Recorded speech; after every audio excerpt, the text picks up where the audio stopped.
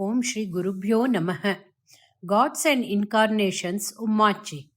On getting up in the morning, everyone should think of God Narayana. Evening time, we should meditate on Parameshwara.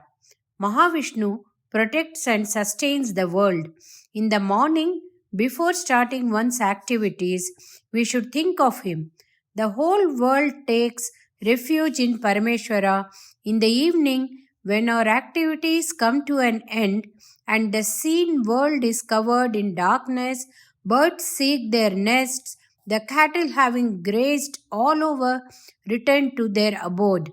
At that time, we should herd our thoughts roaming about back to the heart, their source, and meditate on Parameshwara. Night is dosham. Prior to that, the evening is pradosham. We should delve on Parameshwara in pradosham. Ishvara should always be thought of as being with Ambal. Ishvara is Shivan. She is Shiva. In Vedas, Sri Rudram says the Rudra with dreadful form has a very pleasant and salubrious appearance too. That is known as Shiva. Shiva is the antidote, Aushadam for all the worldly ills. She is also the medicine for Rudra. If Rudra is alive, despite swallowing the most poisonous Alahala Visham, it is due to her the Mruta Sanjeevani Shiva, the antidote. In Saundari Lahari, Acharya asks, Mother, is it not so that due to the curative powers of your Tadanga, that despite swallowing Alahala, Parameshwara has remained unaffected? It is such Shiva as being with Shivan we should think. We cannot and should not think of one and forget the other. Sa, that is with, plus Ambal, plus Shiva is equal to Samba Shiva. To think of them together is the custom, the tradition. It is not only Vedas that has ordained that we should think of Shivan and Shiva together. The children of our nation from time immemorial have demanded us to do so. Children who are not yet corrupt, who are as yet untouched by sin, their words are also an inviolable as an order to us. What is their order to us? Children refer to God only as Ummachi. In the tradition of children's vocabulary, there are some words going on for thousands of years without any change. In the case of elders, words can change. Over a period of time, the same word may have different connotation.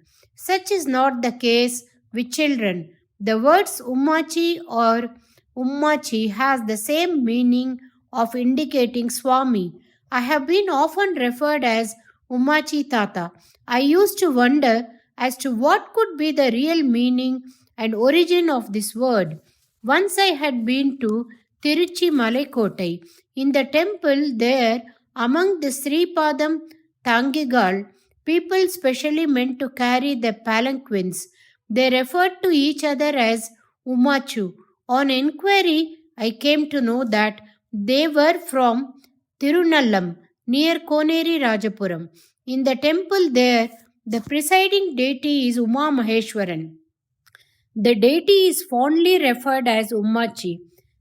There, they all call each other as Ummachu or Ummachi, which is the pet name for Uma Maheshwara. So, I could understand that for generations, children think of God as a combined entity of Uma Devi and Maheshwara. Children's words have very high value. Anger and desire does not last long with them. They will lovingly hold anything for some time. In no time, they will forget about it. They will get angry with someone. Within a few minutes, the anger will turn into love. They do not have deceit. They do not wish to cheat. That is why Upanishads advise a devotee to approach God as a child. There is a Tamil proverb, Kuzhandeyum Deivamum Kondadum Idathil, meaning that God and children are there where they are adored. We should abide by what the Upanishad and children demand of us. Every evening meditate on Ishvara with Uma, that is Ummachi. Nama Parvati Pate Hara Hara Mahadeva. Pashupati. One of the names of Parameshwara is Pashupati, meaning the shepherd or the owner of cattle. The bull Rishabha is his Vahanam or carrier, and the Nandi is the guardian angel at the entrance. Both are part of cattle only. Ishvara is their Yajamana and hence the Pashupati. We human beings are also in a way like cattle only. As the cattle run after grass and green leaves, we are all the time running after gratification of the senses. As the owner of the cattle ties up the cattle by ropes, God has also tied us up in knots of what is karma bandham. Where is this knot? It is not visible to our eyes, but we know that there is the binding. We often talk about that invisible tie.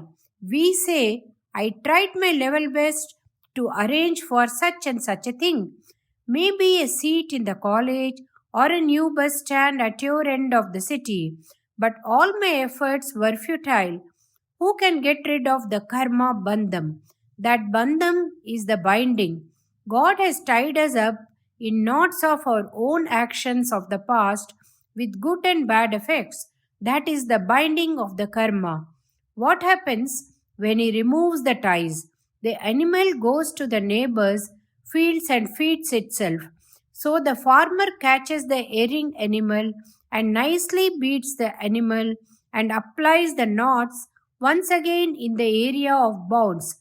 The animal may be annoyed with the tie ups, but it also knows that it's better to remain within bounds. Similar is our reaction to the karma bandham also. When faced with failures and sorrow, we do some rethinking. When we start getting some successes, is there any limit to our dreams and ambitions? When the cattle are free, they spoil the crops and also get beaten up.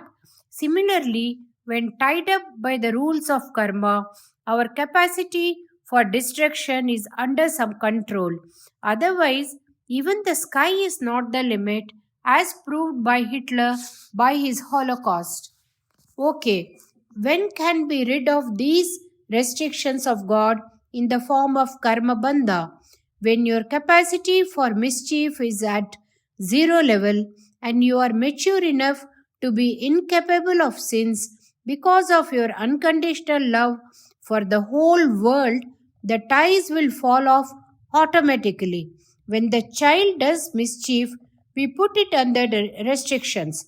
Once the tendency for mischief is gone, we will remove the restrictions, isn't it? Similarly, till we are still motivated by our desires, God's restrictions will apply. Once our tendency to run after our desires are no more, we are free of our ties. Since He is the Pashupati, He releases us from our ties too. Then we reach the stage sans desires, our capacity for giving trouble to others becomes nil.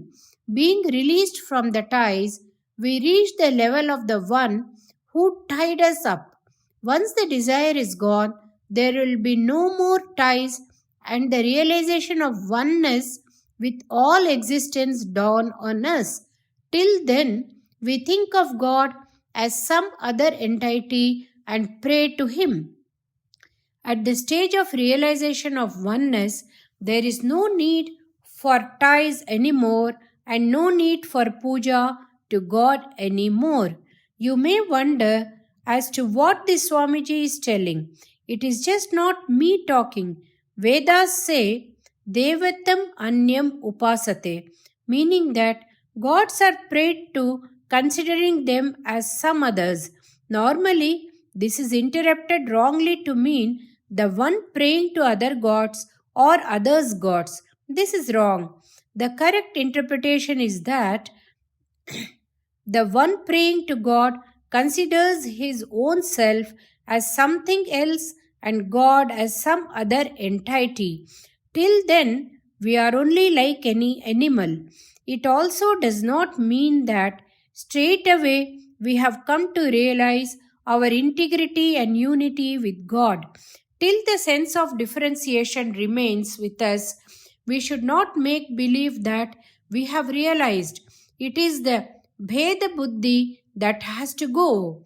Till that happens, we should keep doing our karma of puja, yaga, and yagyam and social service. Again, it will occur to your mind as to what the Swamiji is saying. Till now, he was saying that till the Bheda Bhava remains, we have to continue with the doing of karma, while the karma itself is the binding tie, and the tie will get rid of the tie of otherness. How can one tie remove another? Let me give you an example. Till we used firewood as the fuel at our homes, the lumberjack used to go to the forest and collect firewood. In the evenings, he would bring bundles of such firewood tied up by a rope. The lady of the house used to buy them. The bundle would be so tight that it would be very difficult to untie the same. How will the lady of the house untie the knots? She would take another rope and tightly wind it around the bundle without tying the new knot. Then the earlier tie will loosen up automatically. Then she will also remove the holding second rope.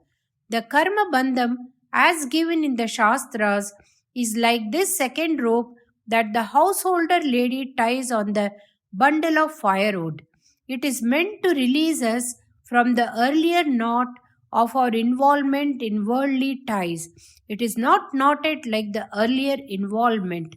The bindings of the Shastras will look like a second knot over the earlier one, very strict and tight, but not a closed one.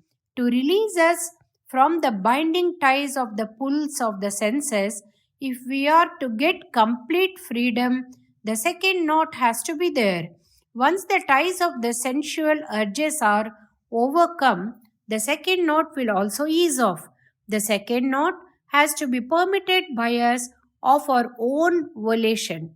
Human social service, kindness to living beings, helping others in trouble or distress, Sandhya Vandanam, Deva Yagya, Puja, Pitrakaryam, and participation in religious celebrations will all have to be done.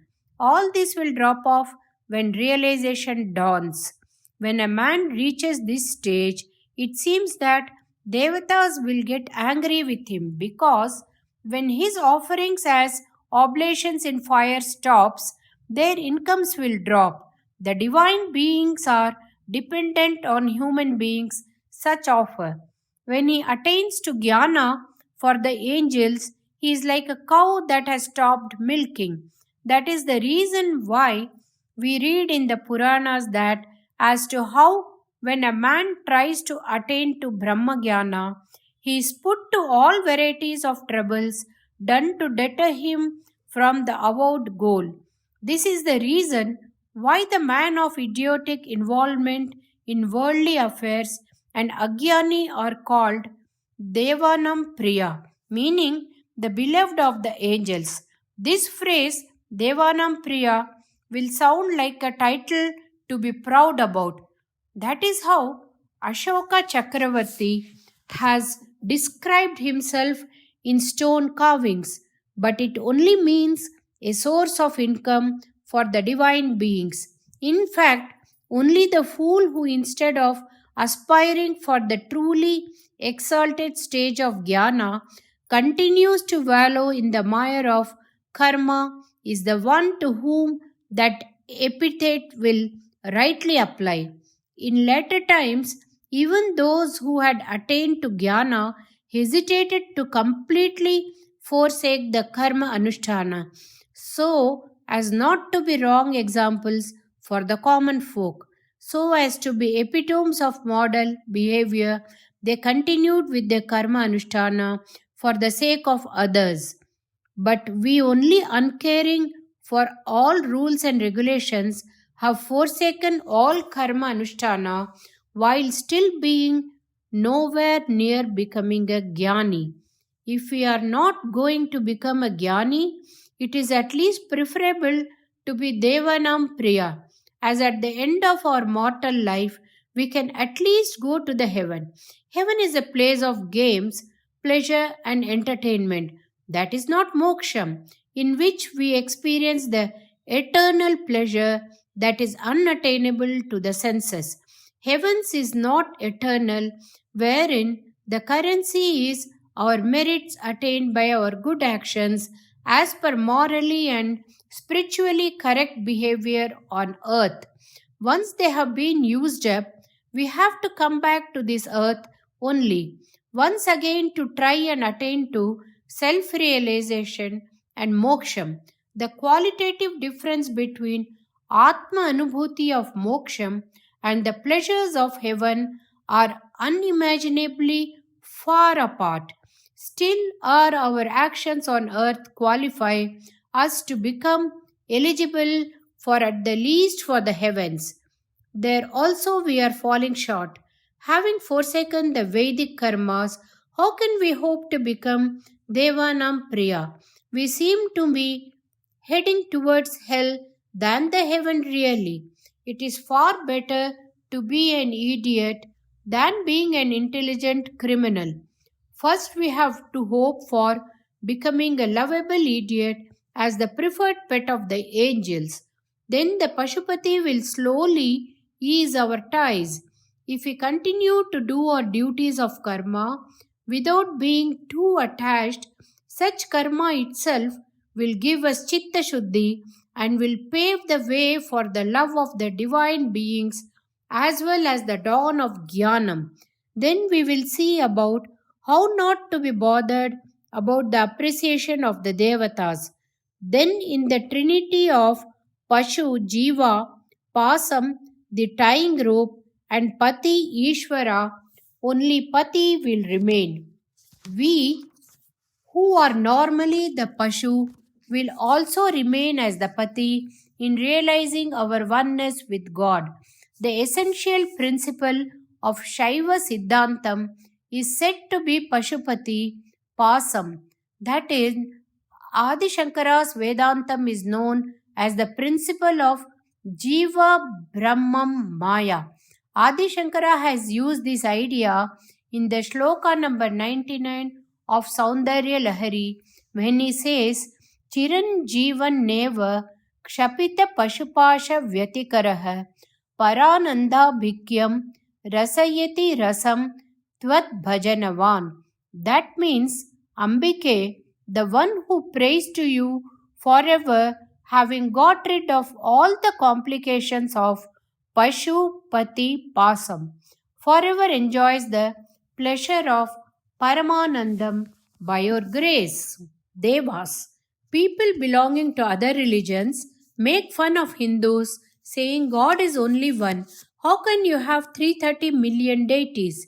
That is not the only main difference between our Sanatana Dharma and other religions. Others believe in only one life and eternal damnation.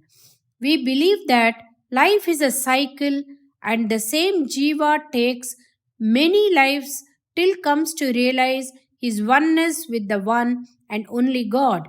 Then we believe that heaven or hell, the period of stay there is not forever, though relatively it may seem so.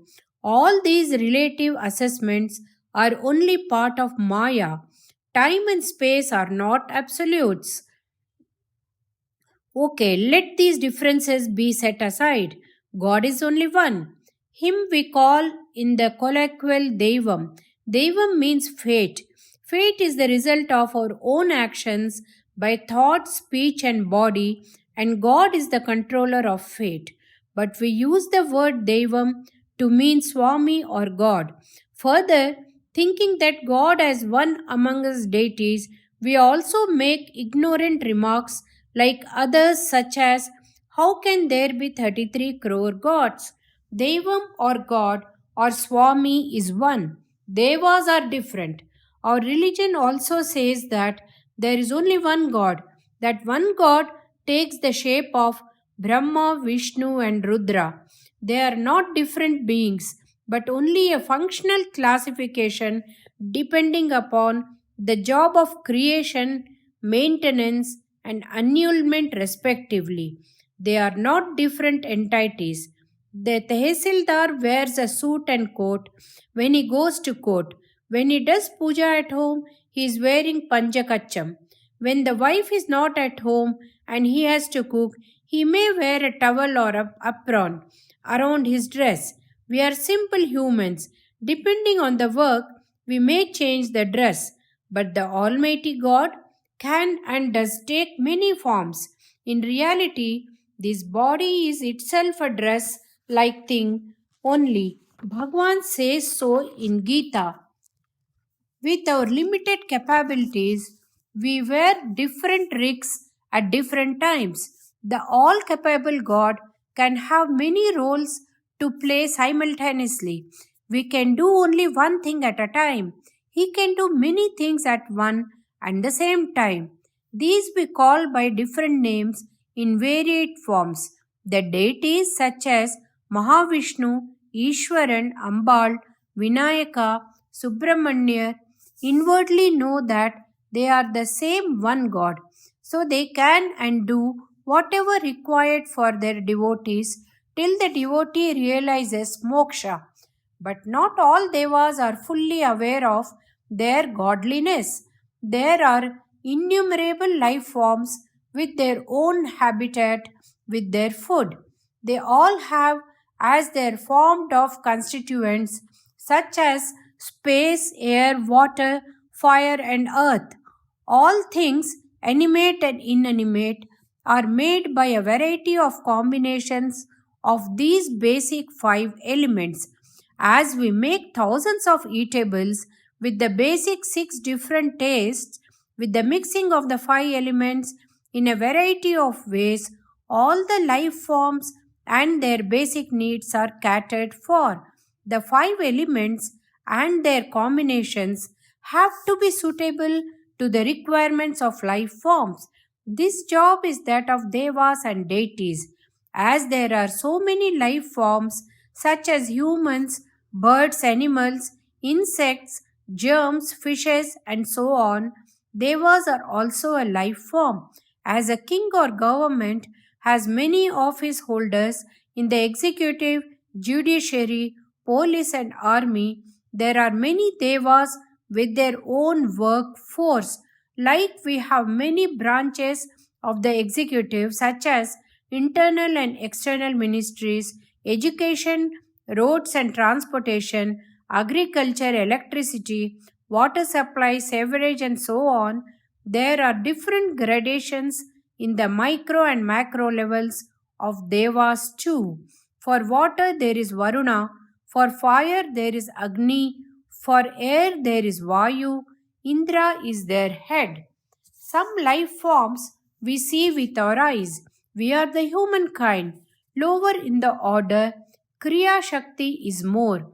Some insects can jump 100 times their size. The bees can collect honey in driblets and store in liters.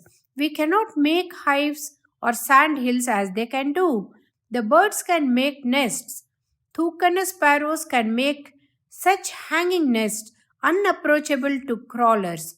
The entry is from below, and even in the worst of rains, not a drop of water will wet the inside of the nest. Man cannot do such things, but he can and does copy nature quite cleverly.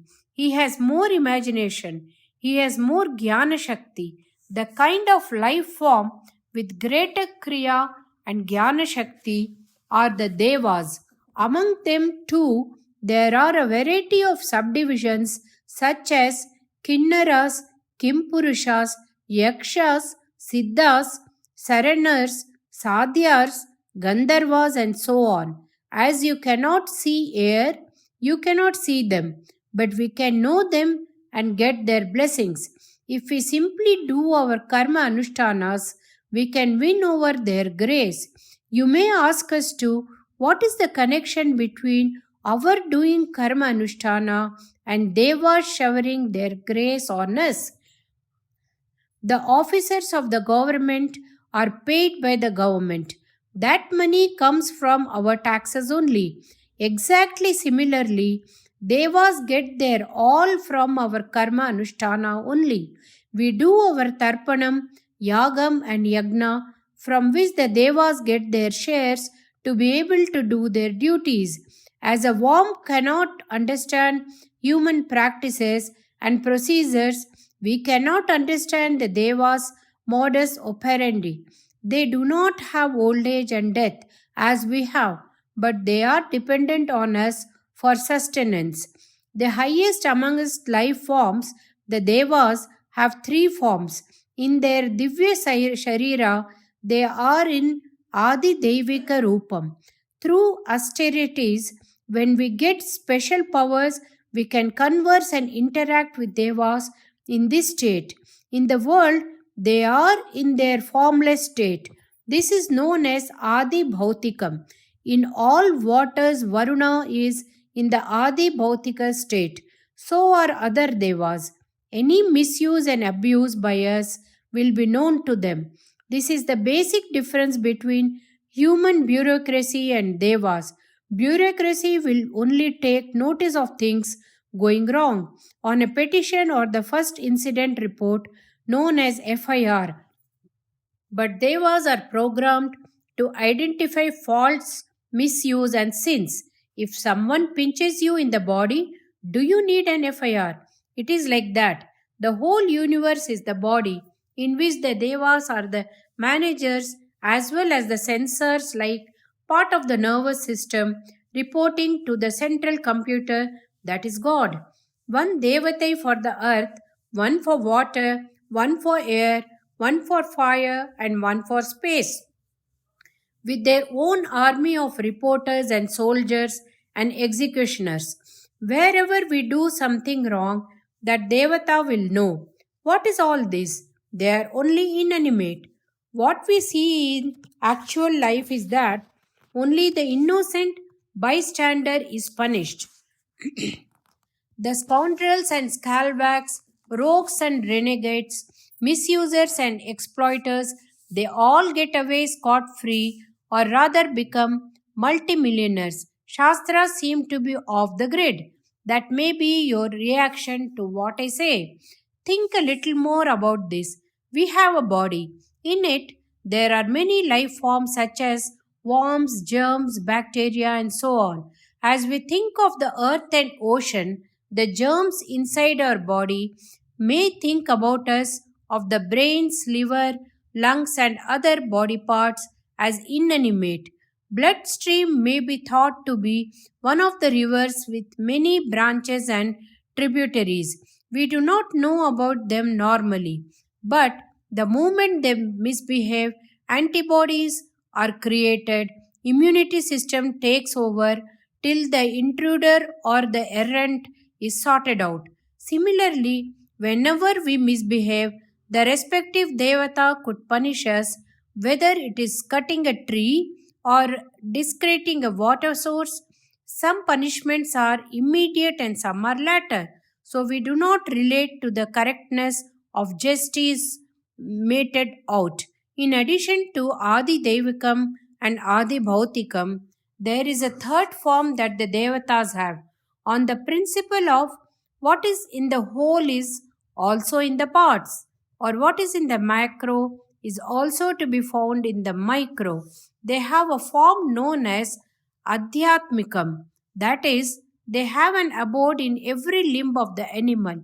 The sun is in the eyes, Agni in the speech, Indra in the arms, and so on. That is, for every part of the body, there is a devata. You may notice that before a major puja or ceremony, all these are invoked. Since they are both outside Adi Bhautikam and inside Adhyatmikam, we can never dupe them. As long as we are law abiding without breaking dharma and doing our karma anushtana, they will protect and bless us. Otherwise, they can and will punish us. Devata is also a life form only. As we suffer from hunger, they also suffer when we do not feed them with their requirements. That is why, whenever Vedic rituals have declined, they are said to have complained to Swami, and Swami took avatara to retrieve the situation, as we see in the Puranas. Let me tell you a few more things about Devatas. They do not learn the Vedas. They have no karma anushtana. Do you know why? We chant the Veda Suktas and do yagas addressed at the Devatas. Whom will they do such things to? They cannot do all that for their own benefit. Though they do not do Veda Adhyayanam, they know the Vedas. That is why when we chant the Veda mantras, they come to bless us. Like a fishling knows the art of living and swimming in water, the Devatas have jnana of the Vedas. That is why they have a name as Swayam Pradipadita Veda. They are also entitled to do Atma Vichara and rejoin Brahman. Though they do not participate in Karma Anushtana, they have every right to join the Jnana Marga, says Adi Shankara. There is no time or place where Swami or God is not. He who is in all of us is also there in all of the Devas. As we are not aware of his presence in us, many of the Devas too are not aware. It is very similar to many of the officers working for the government do not know the president personally. If we do Atma Vichara, that is self analysis, we will know that Ishvara is in us as we. Then we have nothing to do with Devas. Then all karmas drop off by on their own volition. Till then, we have to do our bit, if not for ourselves, at least for their sake. To get rid of our past karma, to get clarity of mind and heart, we have to do our duties for the Devas. Om Shri Mahaperiva Sharanam.